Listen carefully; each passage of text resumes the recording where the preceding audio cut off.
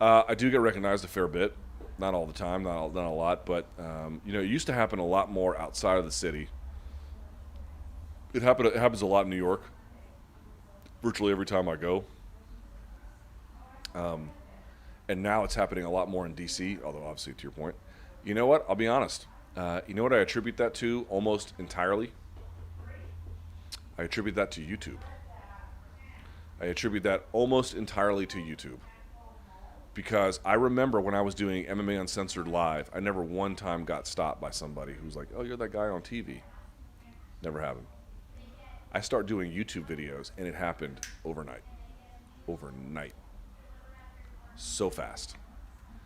And again, I don't have the hardcore data to be like, hey, every person who stops me, you're that dude from so-and-so.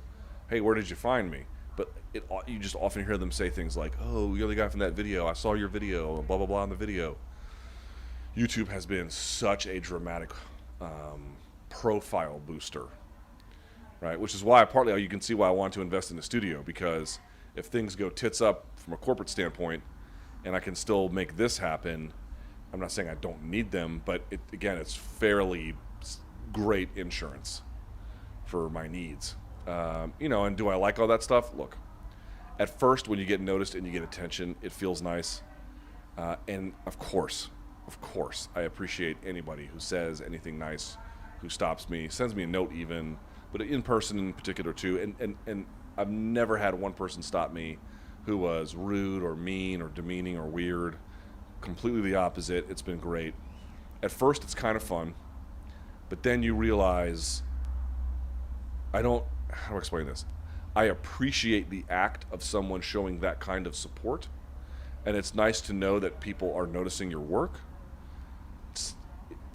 I don't derive pleasure from it in the way that you might imagine. Like, it's nice to happen. It's almost like I treat it like a sunny day. Like, oh, it's a nice day today. It's really great. I appreciate that. But it's not why I got into it. I got into it because I want to do work that I'm proud of. I want to have a voice in the industry that I think the industry needs. And yes, you have to develop a presence. You have to have an audience. Like, all these things matter. But it's not principally why I do it. It's just, it's fun on occasion, right?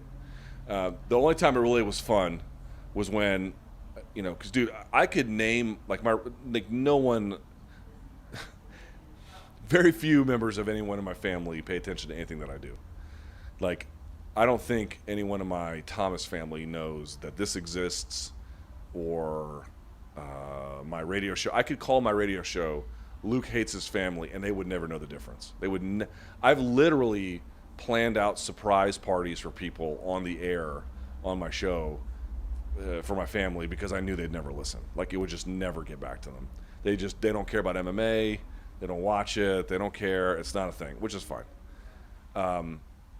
So I remember one time I was out with my family, and I was at a restaurant, and a dude came up, and he was very enthusiastic. He was super cool, and I didn't think anything of it.